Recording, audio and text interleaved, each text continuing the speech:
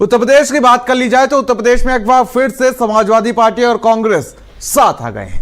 अतीत की राह में जो भी रिकॉर्ड दर्ज है वो क्या कहते हैं, एक रिपोर्ट के जरिए आपको दिखाते हैं।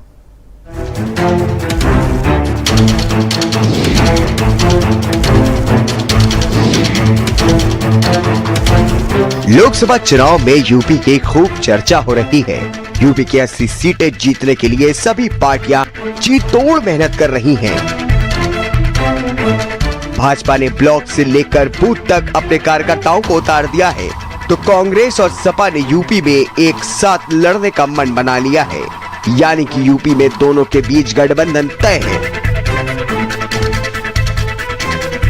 यूपी में कांग्रेस 17 सीटों पर चुनाव लड़ने जा रही है। हालांकि यूपी में सपा और अन्य दलों की गठबंधन की नींव पुराने समय से डाली जाती रही है, लेकिन नींव इतनी कमजोर होती है कब पूरी इमारत ढह जाती है, कुछ कहा नहीं जा सकता। ऐसा हम नहीं कह रहे, अतीत की आह में दर्ज रिकॉर्ड बताते हैं कि सपा रही है बेवफा।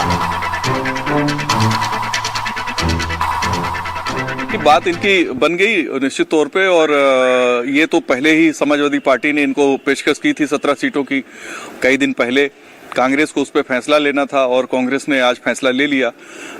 मेरी जानकारी के हिसाब से राहुल जी की यात्रा चल रही थी, तो राहुल गांधी जी ने शायद मल्लिकार्जुन खड़गे को बोला कि इस पे जो भी फैसला लेना है तुरंत लीजिए, और आज कांग्रेस ने उस पर फैसला ले लिया। 2024 के चुनाव को लेकर समाजवादी पार्टी और कांग्रेस पार्टी के बीच चल रही अटकलों को आज विराम दे दिया गया।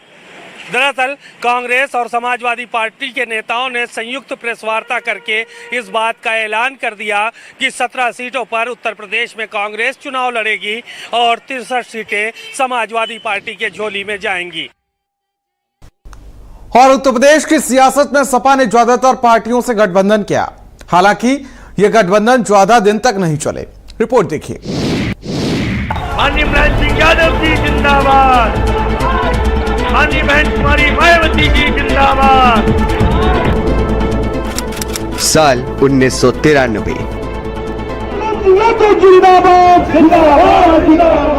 दौर था 1993 का। विधानसभा चुनाव हुआ।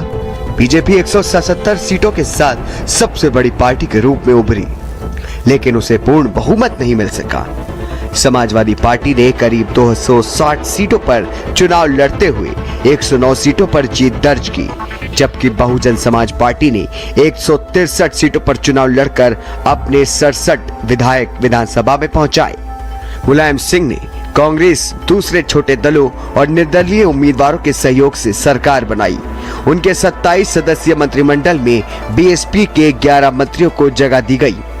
हालांकि मायावती इस मंत्रिमंडल का हिस्सा नहीं बनी, लेकिन उन्हें इस गठबंधन को चलाने की अधिक महत्वपूर्ण जिम्मेदारी दी गई।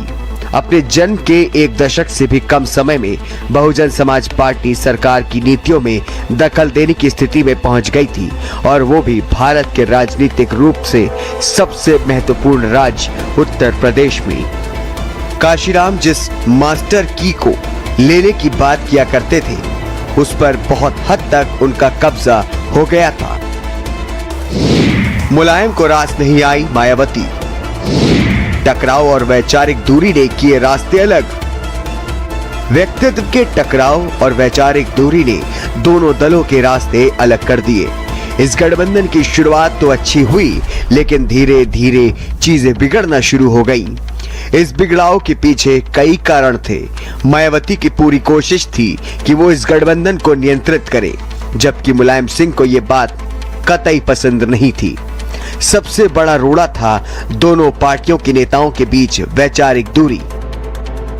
गठबंधन के शुरुआती दिनों से ही मुलायम सिंह यादव बहुजन समाज पार्टी को तोड़कर उसके विधायकों को अपनी तरफ करने की कोशिश कर रहे थे। दूसरी तरफ काशीराम भी गुप्त रूप से विपक्षी दलों के नेताओं, खासकर अटल बिहारी वाजपेयी के संपर्क में थे, ताकि मुलायम सिंह यादव को मुख्यमंत्री पद से हटाया जा सके। अगर कुछ समाजवादी पार्टी के नेताओं की बात मानी जाए तो काशीराम और मायावती ने पहले दिन से ही मुलायम सिंह से ऐसी मांगे करनी शुरू कर दी जिनको पूरा करने के लिए असंभव था। वो न सिर्फ मुलायम सरकार के कामकाज को बहुत बारीकी से मॉनिटर करने लगी, बल्कि उसकी सार्वजनिक रूप से आलोचना भी करने लगी। गठबंधन के सत्ता संभालने के कुछ दिन बाद जब उन्हें सुपर चीफ मिनिस्टर कहा जाने लगा तो उन्हें अंदर ही अंदर अपार खुशी हुई। जाहिर है मुलायम सिंह यादव को उनकी ये सक्रियता रास नहीं आ रही थी। यहीं से उनके रास्ते अलग हो गए।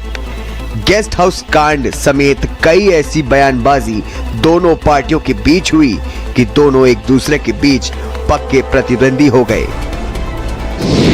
2019 में साथ आई सपा बसपा। वैसे रोचक बात यह है कि एक दूसरे की धुर विरोधी रही ये दोनों पार्टियां पूर्व में साथ रह चुकी हैं। मोदी की विजय रथ को रोकने के लिए 2019 का लोकसभा चुनाव इन दोनों दलों ने मिलकर लड़ा था। हालांकि उस चुनाव में बसपा 0 से 10 सीटों पर आ गई थी, जबकि सपा की सीटों का आंकड़ा 5 पर अटक गया था। चुनाव के बाद इन दोनों दलों की राहें जुदा हो गई थी। फिर दोनों पार्टियों के बीच सियासी संग्राम शुरू हो गया। समाजवादी पार्टी और कांग्रेस के एक साथ चुनाव लड़ने के बाद उत्तर प्रदेश का लोकसभा चुनाव का मुकाबला त्रिकोणी हो गया है, जहां एक तरफ इंडिया गठबंधन है तो दूसरी तरफ एनडीए। इस बीच उत्तर प्रदेश में अकेले चुनाव लड़ रही मायावती की भूमिका भी काफी अहम हो जाती है। अब देखना यह होगा कि मायावती किसको ज्यादा नुकसान पहुंचाती हैं, एनडीए को या इंडिया को। कैमरा से शुभम साथ अनूप कुमार, भारत समाचार, लखनऊ।